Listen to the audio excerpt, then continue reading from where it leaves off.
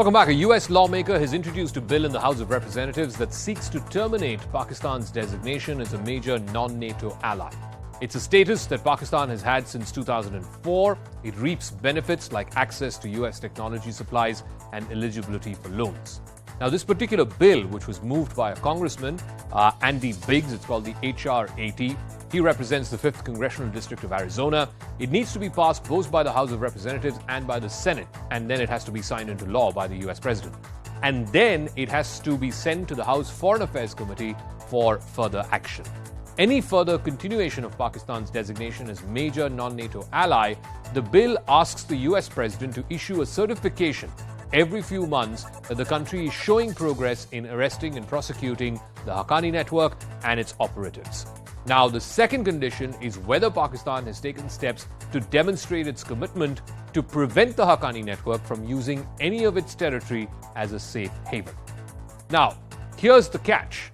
Both of these conditions seem like a very tall order, given that Pakistan, for all intents and purposes, literally gave birth to the Haqqani network. The Haqqani network is a creation of the ISI.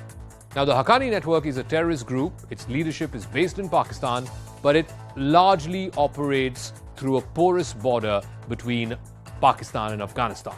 The network came into being during the Soviet occupation of Afghanistan. This was in the 1970s and 80s. It was armed and funded, first by the United States and then by Pakistan. It was basically founded to fight the Russians.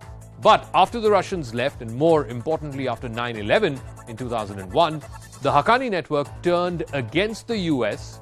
It was responsible for some of the most deadliest and high-profile terrorist attacks on US forces during the 20-year Afghan war.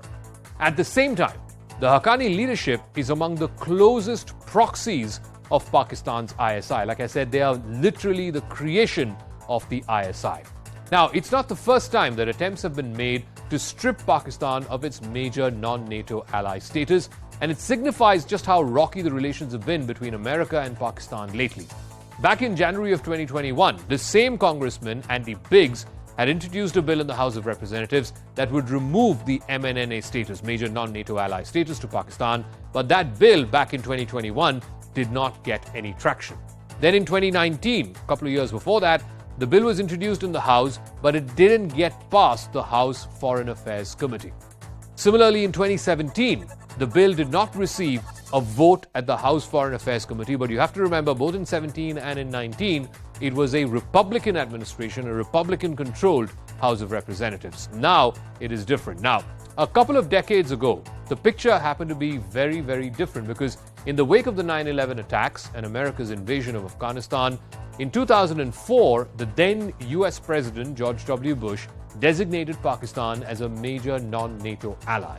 This was the Bush administration's attempts to try and re-engage, incentivize Pakistan for its support for its war in Afghanistan. Remember, the US needed Pakistan back then for its logistic supplies, for refueling, and for all other purposes. Routes that convoys were taking were all through Pakistan to get into Afghanistan. But then things took a rather dramatic and ugly turn in 2011 when the Obama administration hunted down the mastermind of 9/11, Osama bin Laden, who was found hiding in plain sight in Pakistan. A few years after that, Donald Trump singled out Islamabad and said that the United States can no longer be silent about Pakistan's safe havens for terrorist organizations. Now, despite that, Pakistan made the most out of the MNNA status, and it procured weapons from the United States. The most significant weapons that it procured happened to be the F-16 C and D block fighter aircraft. There were about 19 of them that were procured over that 20-year period of the war on terror. It also managed to get the Orion P-3C maritime patrol aircraft. Now, all of these aircraft were used in the war on terror to hunt down Taliban operatives, quote-unquote, and Haqqani operatives, quote-unquote, in Afghanistan. 6 C-130 military transport aircraft and surveillance radars were also part of it.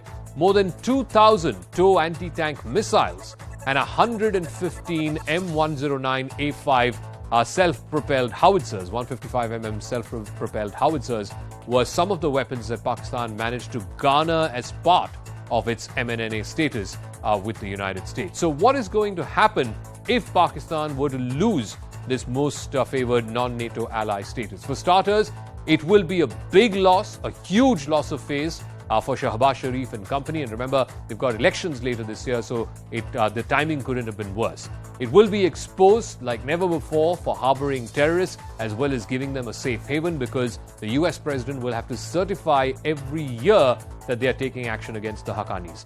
And Pakistan will be left with very little diplomatic elbow room in its relationship with America. It will also lose all the privileges that it's been enjoying from the United States for the last couple of decades.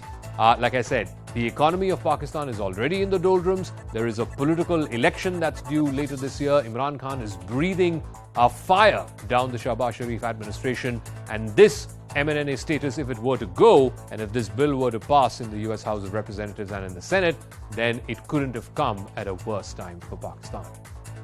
That's a wrap. We close Brass Tacks with that. In a moment, Mari Shakil joining you with News18.